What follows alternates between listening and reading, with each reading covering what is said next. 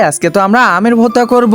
আরে কি ব্যাপার, এরা আবার কি করতেছে এখানে? আরে দেখো দেখো, আমরা আমের ভর্তা করব, তাড়াতাড়ি আসো। আচ্ছা ঠিক আছে, আমিও আসতেছি। প্রথমে আমগুলোকে ভালো করে কেটে নিতে লাগবে। এই তো কেটে নেওয়া হয়ে গেছে প্রায়। আমগুলো তাড়াতাড়ি হাঁড়ির মধ্যে দিয়ে দিতে লাগবে। হ্যাঁ হ্যাঁ ঠিক আছে, এই তো আমগুলো হাঁড়ির মধ্যে দিয়ে দিলাম। এখন চুলাটা ধরায় নি। আমগুলোর সাথে সাথে ছোট ছোট মরিচ আর লবণ দিয়ে দিব।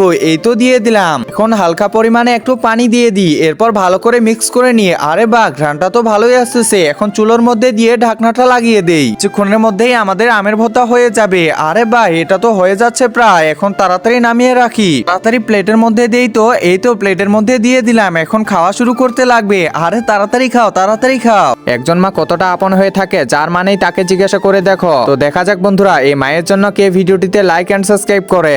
আর যারা মাকে ভালোবাসো না, তারা ভিডিওটি থেকে দূরে থাকো। আরে খাবো তো, তার আগে এই যে এটা ফালাই দিতে লাগবে। এই তো আমিও ফালাই দিই তাড়াতাড়ি করে। এখন খেয়ে দেখি তো, বাহ বেশ মজা করতেছে।